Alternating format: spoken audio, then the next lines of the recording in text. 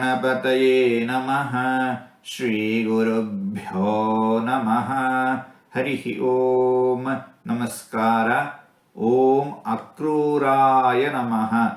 ಭಗವಂತ ಭಕ್ತರ ಕಡೆಗೆ ಕರುಣೆಯಿಂದ ನೋಡುವವನಾಗಿದ್ದಾನೆ. ಕ್ರೂರ ಗುಣವಿಲ್ಲದವನು ಭಗವಂತ. ಭಕ್ತರಿಗೆ ಸದಾಕಾಲ ಅನುಗ್ರಹವನ್ನು ಮಾಡುವವನು, ಸೌಮ್ಯ ಸ್ವಭಾವದವನು ಭಗವಂತ. ದುಷ್ಟರಿಗೆ ಉಗ್ರನಾಗಿ ಕಂಡುಬರುತ್ತಾನೆ ಭಗವಂತ. ಯಾವುದೇ ದೋಷಗಳೂ ಭಗವಂತನಿಗೆ ಇಲ್ಲ. ಅನಂತ ಕಲ್ಯಾಣ ಗುಣ ಪರಿಪೂರ್ಣನಾಗಿದ್ದಾನೆ ಭಗವಂತ. ಅಕ್ರೂರ ಎಂಬ ಭಕ್ತನಿಗೆ ವಿಶೇಷವಾಗಿ ಅನುಗ್ರಹವನ್ನು ಮಾಡಿದವನು ಭಗವಂತ.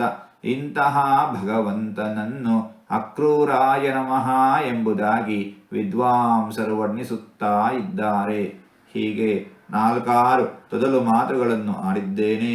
ಇದರಲ್ಲಿ ಏನಾದರೂ ತಪ್ಪುಗಳು ಇದ್ದರೆ ಆ ತಪ್ಪುಗಳನ್ನು ಬಿಟ್ಟು ಒಳ್ಳೆಯದು ಅಂತ ಏನಾದರೂ ಇದ್ದರೆ ಆ ಒಳ್ಳೆಯದನ್ನು ಮಾತ್ರ ಸ್ವೀಕರಿಸಬೇಕು ಅಂತ ಹೇಳಿ ಪ್ರಾರ್ಥನೆ.